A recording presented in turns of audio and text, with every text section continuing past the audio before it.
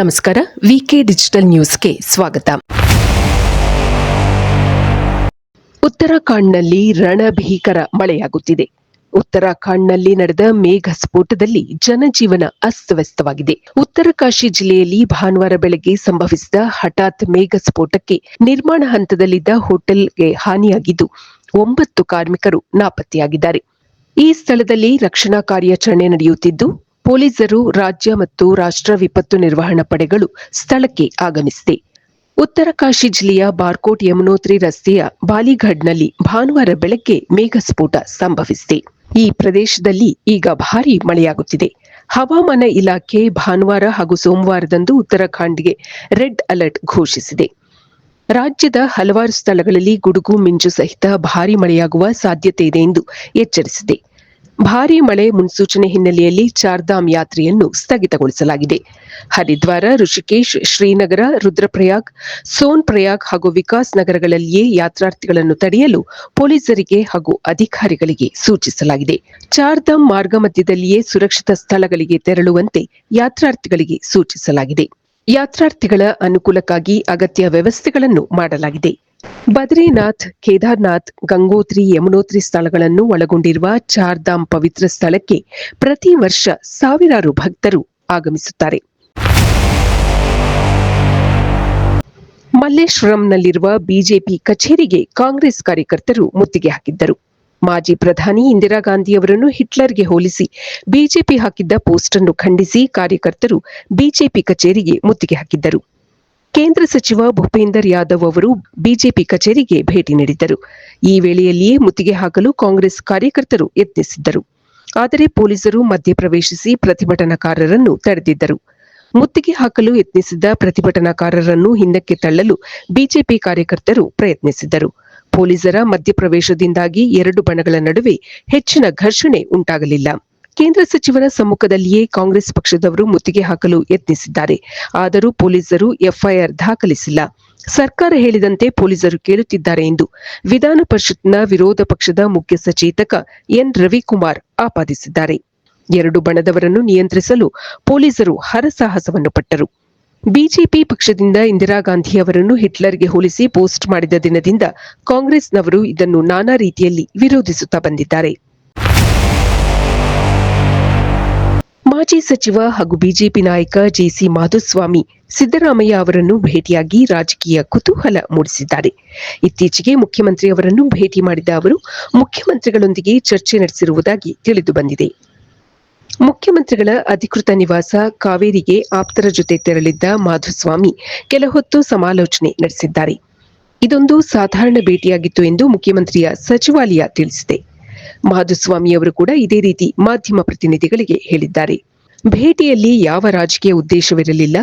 ಸಮುದಾಯದ ವಿದ್ಯಾರ್ಥಿ ನಿಲಯಕ್ಕೆ ಬೆಂಗಳೂರಿನಲ್ಲಿ ನಿವೇಶನ ನೀಡಲಾಗಿತ್ತು. ಇದರ ಬಗ್ಗೆ ಮಾತ್ರ ಮಾತನಾಡಿದ್ದು ಎಂದು ಬಿಜೆಪಿ ಮುಖಂಡ ಮಾಧುಸ್ವಾಮಿ ತಿಳಿಸಿದ್ದಾರೆ. ಸದ್ಯ ಮಾಧುಸ್ವಾಮಿಯವರು ಬಿಜೆಪಿ ಪಕ್ಷದಿಂದ ಅಂತರ ಕಾಯ್ದುಕೊಂಡಿದ್ದಾರೆ. ಈ ಹಿನ್ನೆಲೆಯಲ್ಲಿ ಅವರ ಮತ್ತು ಮುಖ್ಯಮಂತ್ರಿಗಳ ಭೇಟಿ ತೀವ್ರ ಕುತೂಹಲ ಮೂಡಿಸಿದೆ. 2015ರವರೆಗೆ ಸರ್ಕಾರಿ ಯೋಜನೆಗಳು 25 ಕೋಟಿಗಿಂತಲೂ ಕಡಿಮೆ ಜನರನ್ನು ತಲುಪುತ್ತಿತ್ತು. ಆದರೆ ಈಗ ದೇಶದ ಸುಮಾರು 95 ಕೋಟಿ ಜನ ಒಂದಲ್ಲ ಒಂದು ರೀತಿಯಲ್ಲಿ ಸರ್ಕಾರಿ ಯೋಜನೆಗಳ ಪ್ರಯೋಜನ ಪಡೆಯುತ್ತಿದ್ದಾರೆ ಎಂದು ಪ್ರಧಾನಮಂತ್ರಿ ನರೇಂದ್ರ ಮೋದಿ ತಿಳಿಸಿದ್ದಾರೆ. ಆದರೆ ಈಗ ದೇಶದ ಸುಮಾರು 95 ಕೋಟಿ ಜನ ಒಂದಲ್ಲ ಒಂದು ರೀತಿಯಲ್ಲಿ ಸರ್ಕಾರಿ ಯೋಜನೆಗಳ ಪ್ರಯೋಜನ ಪಡೆಯುತ್ತಿದ್ದಾರೆ ಎಂದು ಪ್ರಧಾನಮಂತ್ರಿ ನರೇಂದ್ರ ಮೋದಿ ತಿಳಿಸಿದ್ದಾರೆ. ಜೂನ್ 29ರಂದು ದೇಶವನ್ನು ಉದ್ದೇಶಿಸಿ ಪ್ರಧಾನಿ ನರೇಂದ್ರ ಮೋದಿಯವರು ಮಾತನಾಡಿದರು. ಭಾನುವಾರ ಮನ್ ಕಿ ಬಾತ್ನಲ್ಲಿ ರೇಡಿಯೋ ಮುಖಾಂತರ ಮಾತನಾಡಿದ ಅವರು ಅಂತಾರಾಷ್ಟ್ರೀಯ ಕಾರ್ಮಿಕ ಸಂಘಟನೆಯ ವರದಿಯನ್ನು ಸಹ ಉಲ್ಲೇಖಿಸಿದ್ದಾರೆ. ಭಾರತದ ಜನಸಂಖ್ಯೆಯ 64% ಹೆಚ್ಚಿನ ಜನರು ಸಾಮಾಜಿಕ ಭದ್ರತಾ ಯೋಜನೆಯ ಪ್ರಯೋಜನ ಪಡೆಯುತ್ತಿದ್ದಾರೆ ಎಂದು ತಿಳಿಸಿದ್ದಾರೆ. ಆರೋಗ್ಯದಿಂದ ಸಾಮಾಜಿಕ ಭದ್ರತೆಯವರೆಗೆ ದೇಶ ಪ್ರತಿಯೊಂದು ಕ್ಷೇತ್ರದಲ್ಲಿಯೂ ಪ್ರಗತಿ ಸಾಧಿಸುತ್ತಿದೆ ಎಂದು ಮೋದಿ ತಿಳಿಸಿದ್ದಾರೆ. ಭಾರತ ಪ್ರತಿ ಹಂತದಲ್ಲಿಯೂ ಇನ್ನಷ್ಟು ಬಲಿಷ್ಠವಾಗುತ್ತಿದೆ ಎಂದು ಪ್ರಧಾನಿಯವರು ತಿಳಿಸಿದರು. ಇತ್ತೀಚೆಗೆ ಭಾರತವನ್ನು ಕಣ್ಣಿನ ಕಾಯಿಲೆಯಾದ ಟ್ರಾಕೋಮಾ ಮುಕ್ತ ಎಂದು ವಿಶ್ವಸಂಸ್ಥೆ ಘೋಷಿಸಿದೆ. ಇದನ್ನು ಉಲ್ಲೇಖಿಸಿದ ಪ್ರಧಾನಿ ಮೋದಿ ಅವರು ಈ ಯಶಸ್ಸಿಗೆ ಆರೋಗ್ಯ ಕಾರ್ಯಕರ್ತರ ಪ್ರಯತ್ನಗಳನ್ನು ಶ್ಲಾಘಿಸಿದ್ದಾರೆ.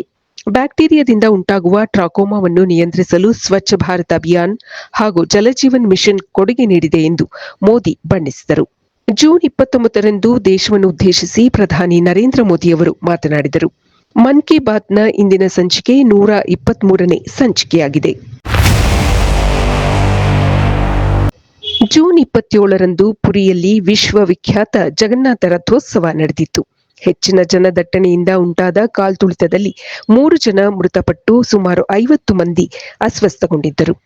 ಈ ಘಟನೆಯ ಬೆನ್ನಲ್ಲೇ ಒರಿಸ್ಸಾದ ಮುಖ್ಯಮಂತ್ರಿ ಮೋಹನ್ ಮಾಜಿ ಪುರಿಯ ಜಿಲ್ಲಾಧಿಕಾರಿ ಹಾಗೂ ಪೊಲೀಸ್ ವರಿಷ್ಠಾಧಿಕಾರಿಯನ್ನು ವರ್ಗಾವಣೆ ಮಾಡಿದ್ದಾರೆ. ಅಧಿಕಾರಿಗಳ ನಿರ್ಲಕ್ಷ್ಯದಿಂದ ಕಾಲ್ತುಳಿತ ಸಂಭವಿಸಿದೆ. ಇದು ಅಕ್ಷಮ್ಯ ಎಂದು ಮಾಜಿ ಹೇಳಿದ್ದಾರೆ. ಇದೇ ವೇಳೆ ಡಿಸಿಪಿ ವಿಷ್ಣುಪಾಟಿ ಹಾಗೂ ಕಮಾಂಡೆಂಟ್ ಅಜಯ್ ಪಥಿ ಎಂಬ 2 ಪೊಲೀಸ್ ಅಧಿಕಾರಿಗಳನ್ನು ಸಸ್ಪೆಂಡ್ ಮಾಡಲಾಗಿದೆ.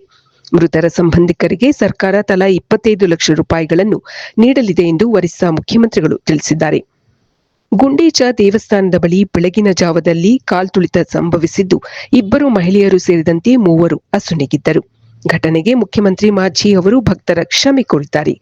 ಸರ್ಕಾರದ ಪರವಾಗಿ ಜಗನ್ನಾಥ ದೇವರ ಭಕ್ತರಲ್ಲಿ ಕ್ಷಮೆ ಯಾಚಿಸುತ್ತೇನೆ ಎಂದಿರುವ ಅವರು ಮೃತರ ಕುಟುಂಬಗಳಿಗೆ ಸಂತಾಪ ಸೂಚಿಸಿದ್ದಾರೆ.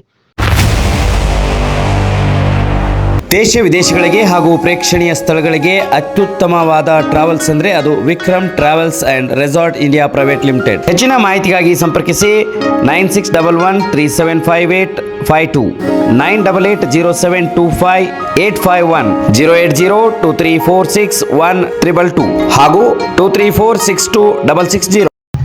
ಇದು ಈವರೆಗಿನ ಸುದ್ದಿಗಳು. ಮತ್ತಷ್ಟು ಸುದ್ದಿಗಳಿಗಾಗಿ ನೋಡ್ತಾ ಇರಿ ವಿಕೆ ಡಿಜಿಟಲ್ ನ್ಯೂಸ್. ವೀಕ್ಷಕರೇ, ವಿಕೆ ಡಿಜಿಟಲ್ ನ್ಯೂಸ್ ಯೂಟ್ಯೂಬ್ ಚಾನೆಲ್ ಅನ್ನು ಲೈಕ್ ಮಾಡಿ, ಸಬ್ಸ್ಕ್ರೈಬ್ ಮಾಡಿ ಮತ್ತು ಹೆಚ್ಚಿನ ಜನರಿಗೆ ಶೇರ್ ಮಾಡಿ.